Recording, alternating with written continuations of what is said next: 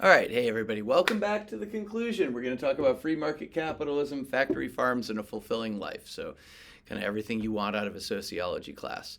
All right, so we've talked about healthcare technologies, we've talked about pros and cons for them, we've talked about what they turn us into, and what living among them, particularly among technologies that are going to upgrade people, what that could end up being like. So it's been kind of nightmarish. It's not going to get better in this video until the end. There will be a little bit of hope. So free market capitalism, important thing.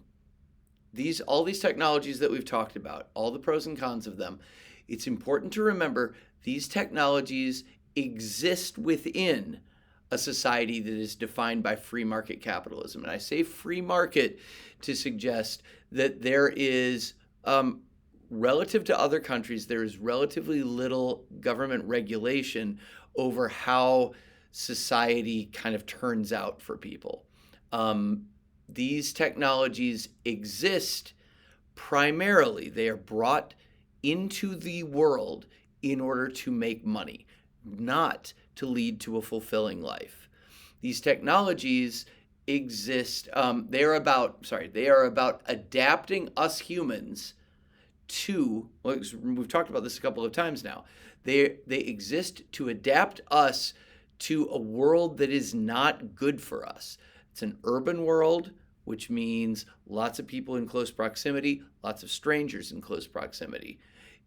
That is not a good world for our health, a good social context, but it is a good social context for capitalism. Capitalism needs lots of workers.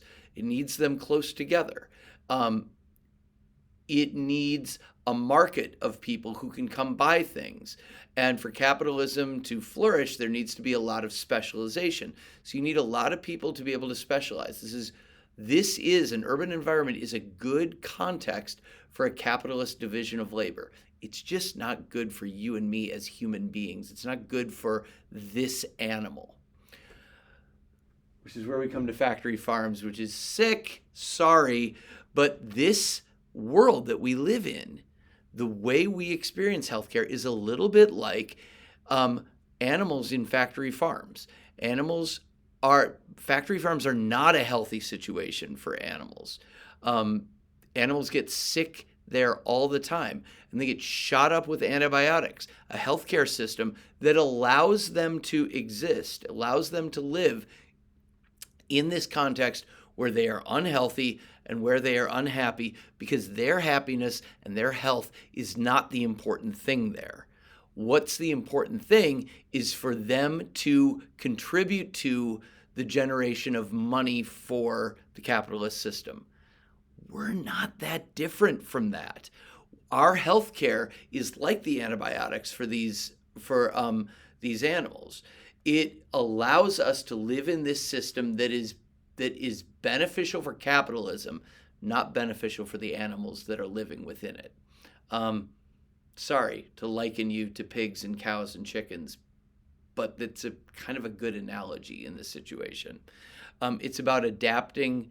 The healthcare technology can be thought of as about adapting us to an unhealthy system rather than changing the system so that it would be healthy for us. A fulfilling life, which is hopefully what we always come back to. This is going to be a little bit the same. It's got a little bit of a variation, but ultimately this is going to come down to the same thing. A fulfilling life depends, in this context, on good health. But we have a model for that already. The technologies, the treatment technologies in particular, are not the model for positive health. The model is our hunter-gatherer ancestors. Eat the food that nature provides, not ultra-processed foods. Move a lot. Hunter-gatherers every day walked, ran, climbed, carried. You do those things and you do it a lot, and you're eating healthy food, it keeps you relatively healthy. Be in nature as much as you can. It's positive for your mental well-being, which is good for your health. Be among people who care about you. That's the model. That is the simple model. Obviously, it's going to be harder for you and me to move out of the urban environments that we live in. But just those things are they are the ticket to relatively good health that your fulfilling life depends on. And then when it comes to new technology, don't just adopt it because it's there, because it's cool looking. But also don't just dismiss it out of hand because it doesn't fit with the hunter-gatherer model of life and of health. Instead, and this is a point that I try to make over and over and over.